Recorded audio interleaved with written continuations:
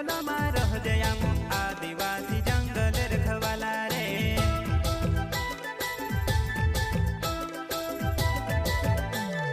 चल जंगल जमीन काज पूजे रे आदिवासी दुनिया ने रखवाला